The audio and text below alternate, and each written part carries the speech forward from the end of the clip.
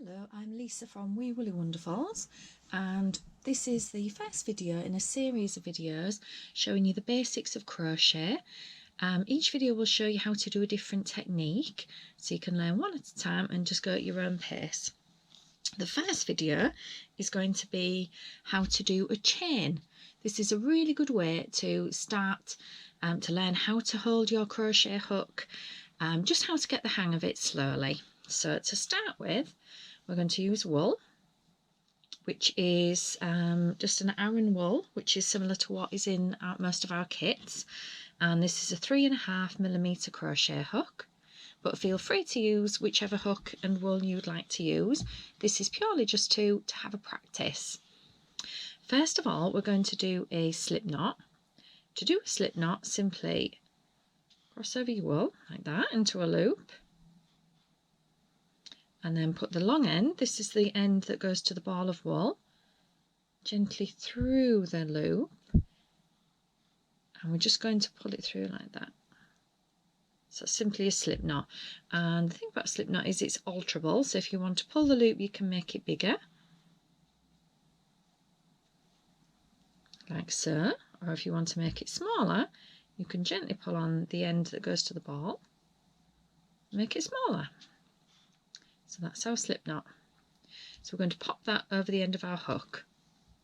Now the hook, crochet hook does have a hook end on it, and that is for grabbing the wool and pulling it through.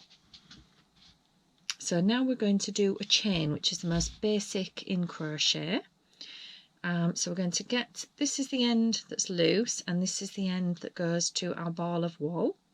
So we're going to start by wrapping the wool backwards and around like so. I'll show you that again. So we're not going this way around, we're going behind the crochet hook and round to the front, and then we're going to hold it here just to give it some tension. We're not going to pull it tightly, we're not going to have it really loose, just going to hold it firmly. And then what we're going to do now is use the hook at the end to get hold of the wool and to gently pull it through our slip knot. And as you can see here, we have a small chain like so, and it looks like a little V, and that is called a chain. So it's one chain stitch.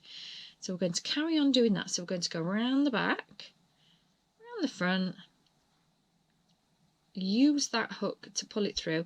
Try not to split the wool, you've got to be careful it doesn't split like so, otherwise it'll end up looking unneat. We just need to get the whole strand, so, and then pull through like so. Now this loop on our needle, we can alter it by pulling, or we can pulling the hook to make it larger, or we can pull the strand gently to pull it back. So you want it around your hook quite firmly. You don't want it loose, but you don't want it really tight, because otherwise you won't be able to pull your wool through and you will end up getting a bit in a tangle, which is not good, especially when you learn something new. So you just want it so there's a tiny little, it's comfortable to hold, but not too tight or too loose. So wrap around and then gently pull through again, wrap around and pull through. So when you see an instruction on a pattern that says chain 10, for example, we do the slip knot first. That does not count as a chain. The chains, you would be counting how many times you wrap around and pull through. That would count as one chain. So we will keep going. There's lots of different ways to hold your hook and hold the wool. You will find a way that becomes comfortable for you in after a matter of time. If you're not holding it exactly the same as me, don't worry, you just hold it how is comfortable for yourself. So wrap and pull through, wrap and pull through, wrap around and pull through. So now I'm going to show you how to count the chains. So we'll hold our chain nice and flat and we will count how many we have done. Now the initial bit at the bottom here, that is just our slip knot, so we don't count that. What we're looking for is the full V shapes. So it looks like a little V with a thread at each side, and that is the chain. That is what we're counting. So we don't count that bit at the bottom. This bit here is not a knot. That is, sorry, is not a stitch. That's just literally our slip knot.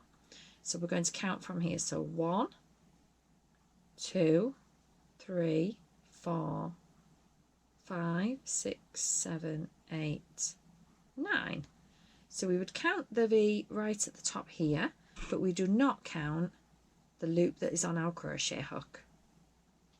So we have 9. So if we were aiming for 10, we would simply do one more and pull through. So I'll show you again the counting. So not the knot at the bottom. 1, 2, 3, 4, 5, 6, 7, 8, 9, 10. And we have completed 10 chains. It's a good idea when you're a beginner to just keep practicing chains. You may find to start with that your chains are all different sizes. Some will be bigger, some will be a bit tighter. They won't be very even. So it's a good idea to just keep practicing those chains until they look quite even. Well done, you've now completed a chain. So keep practicing, and once you've got the hang of it, then carry on with our lessons.